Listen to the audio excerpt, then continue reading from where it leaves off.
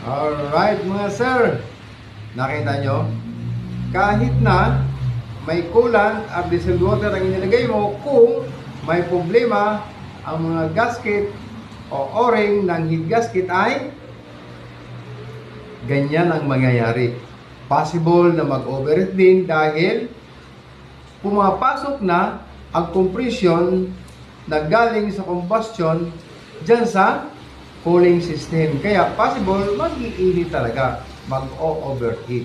Kaya mga sir, wag tayo magtaka o wag natin questionin, bakit coolant na ang inilagay ko? Hindi naman current water at distilled water ang inilagay ko pero kumulo pa rin. Kumulo kasi dahil may problema na ang iyong heat gasket. Kaya mga sir, gawin natin palitan ng heat gasket or else i-replace natin ang ating cylinder head lalo't mayroon ng history ng overheat.